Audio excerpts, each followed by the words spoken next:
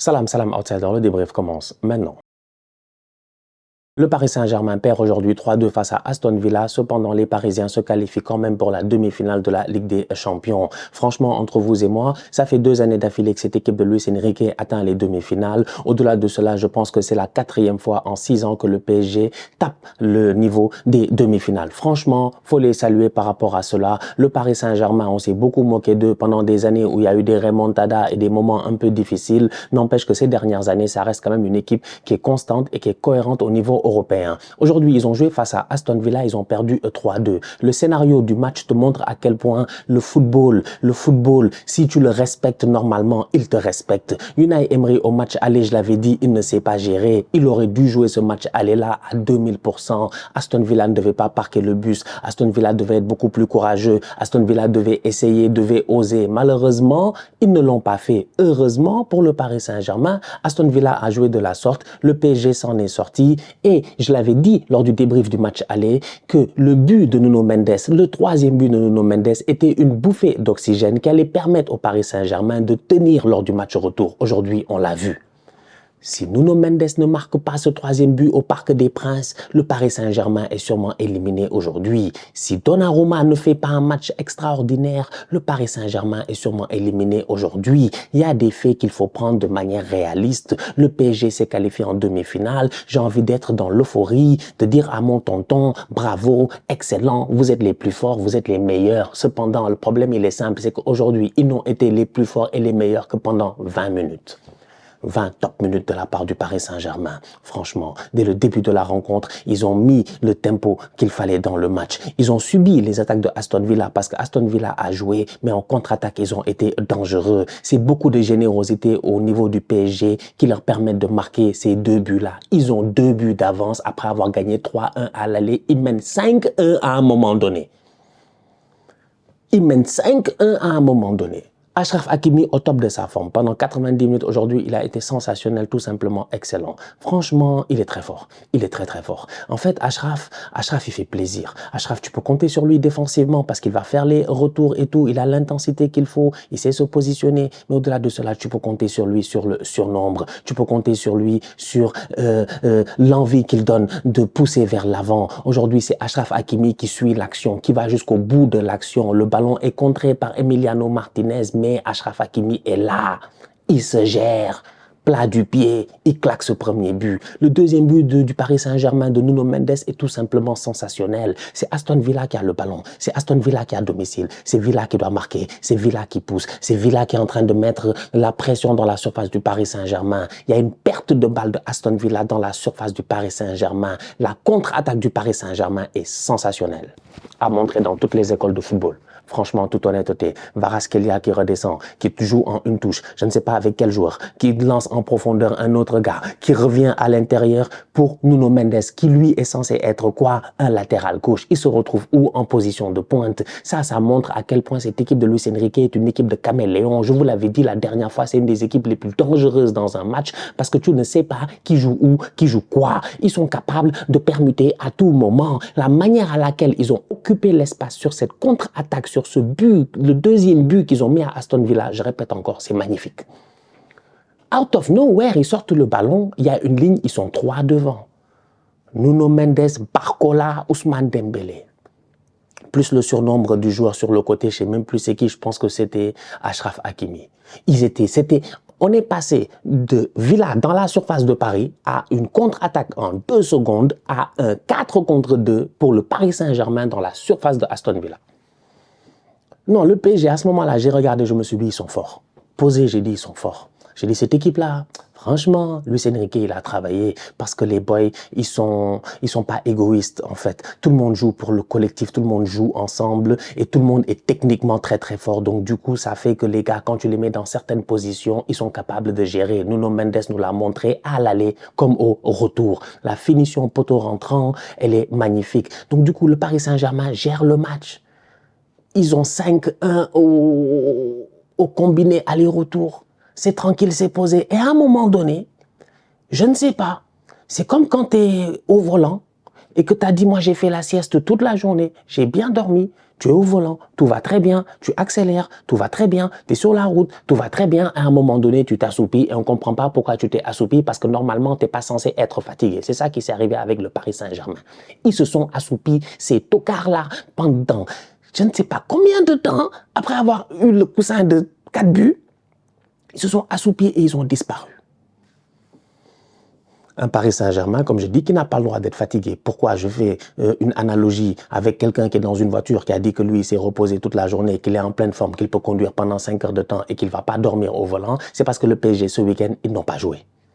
Tout le monde a joué, sauf Paris. Paris a eu cette chance-là en championnat que son match soit repoussé. Je ne sais pas c'était contre Nantes, je ne sais pas c'était contre qui, le match a été repoussé. Donc le PSG a eu plus de jours de récupération que n'importe qui. Pendant ce temps-là, Aston Villa est allé jouer, je pense, à Southampton ou quelque chose comme cela. Ils ont gagné, certes, ça leur a fait du bien, oui, mais ils ont dépensé de l'énergie. À un moment donné, le rythme, il est important. Il ne faut pas perdre le rythme en fin de saison. Même si les organismes sont fatigués, on fait de la rotation. On n'annule pas un match. C'est mon avis personnel. Ça n'a rien à voir. Je suis pas professionnel. Il y en a, ils vont dire, ouais, machin, c'est mieux, on a le repos, tout ça. Non, on fait de la rotation. Faites de la rotation. Faites de la rotation. C'est pour ça que dans un effectif, tu as 21 ou je sais pas, moi, 22 joueurs ou 17 joueurs ou 18 joueurs. Fais un tout petit peu de rotation. Garde les gars, je dis bien concentrés. Parce qu'aujourd'hui, le Paris Saint-Germain, sur les attaques de Aston Villa, quand Villa ne s'est pas géré défensivement, le PSG a réussi à contrer, à marquer 2 buts. Mais après, quand Villa a commencé à se gérer défensivement, à être plus courageux, à faire moins d'erreurs, à laisser un peu moins d'espace au Paris Saint-Germain. Et quand doublé de cela, le PSG a commencé à avoir des tocards. C'est-à-dire que Ousmane Dembélé, de temps en temps, Ousmane, on le connaît, grand joueur, candidat au Ballon d'Or. Mais aujourd'hui, franchement, le nombre de ballons qu'il a envoyé en l'air et tout ça, le match, il a été plutôt compliqué, alors que plusieurs fois, il a été lancé dans des positions de 1 contre 1. Kvaratskhelia, mais un match de tocard. Combien de fois on l'a envoyé aujourd'hui en position de 1 contre 1? Lui aussi, il doit se gérer, il doit être beaucoup plus dangereux, il doit être beaucoup plus pertinent et tout. Il part en dribble chaloupé, il perd le ballon 1 fois, 2 fois, 3 fois. C'est arrivé beaucoup trop souvent. Donc aujourd'hui, pendant ce temps-là où Paris ne se gère pas, Villa a pris la confiance et Villa, je le répète, comme j'ai dit en début de débrief, s'ils avaient gagné ce match-là avec le nombre de buts qu'il fallait pour se qualifier, il n'y aurait pas eu de scandale. Et le PSG peut remercier Nuno Mendes pour son but à l'aller parce que c'est ce but-là qui vient un tout petit peu les sauver. Aston Villa a eu pendant 15 minutes l'opportunité de marquer 3 buts. Heureusement, il y a Donnarumma. Il y a Donnarumma, frappe de Rashford, arrêt de Donnarumma, tête de je ne sais pas qui dans la surface de réparation, Tillmans ou je ne sais pas quoi, le ballon doit lober Donnarumma, il parade de Donnarumma. Tout c'est Donnarumma. 1 contre 1, Marco Asensio, il part, il doit marquer le but de l'égalisation, arrêt de Donnarumma. C'était le match de Donnarumma. Franchement, c'est lui qui a géré le match. C'est Donnarumma, il a géré le match. Konza, la tête, elle arrive. Le centre est parfait. Il doit mettre sa tête, s'il te plaît. Mais allonge ton cou. Allonge ton cou. Travaille les muscles du cou. Allonge. Il n'a pas allongé. Le ballon est passé comme ça devant sa tête. Sinon, là-bas, il y a un but. C'est pour dire, Paris, à un moment donné aujourd'hui, ils nous ont montré des faiblesses que ça fait très longtemps qu'ils ne nous avaient pas montré. Peut-être c'est des des traumatismes, des post-traumatiques, des syndromes anciens traumatiques, de remontada. Peut-être c'est Marquinhos, il était sur le terrain, à un moment donné, il a paniqué, il a vu la Roma, il a vu le Barça, il s'est dit, moi, c'est pas possible, on va pas prendre ça.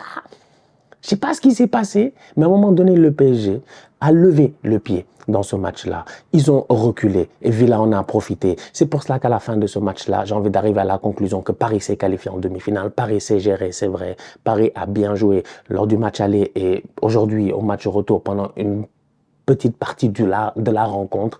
Mentalement, ils ont tenu, ils n'ont pas pris de remontada. C'est le plus important à ce stade-ci. C'est l'essentiel, c'est de se qualifier et de mentalement avoir tenu. Mais Aston Villa, s'ils avaient joué le match aller peut-être autrement, s'ils l'avaient joué comme aujourd'hui, ils ont joué avec beaucoup de courage, beaucoup de dévouement, d'abnégation et de risques qui ont été pris, peut-être que Villa aurait éliminé le Paris Saint-Germain.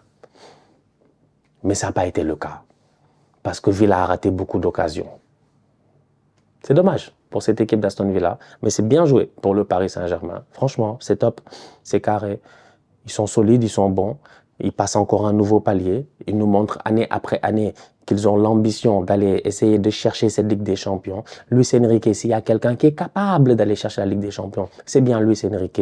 Vous voyez ce qu'il a fait avec Ousmane Dembélé, vous voyez ce qu'il a fait aujourd'hui avec cette ossature au milieu de terrain-là. Plusieurs fois aussi, ils ont été intéressants quand même. João Tinha, comment il s'appelle, Fabian Ruiz sur certaines phases de possession de balle. Le Paris est très fort aussi en contre-pressing. Rapidement, il récupère le ballon. C'est arrivé aussi à Villa de perdre des ballons, de récupérer ça. Je dis qu'au Paris, je comprends pas. À 2-0, avant la mi-temps, Paris doit tuer le match.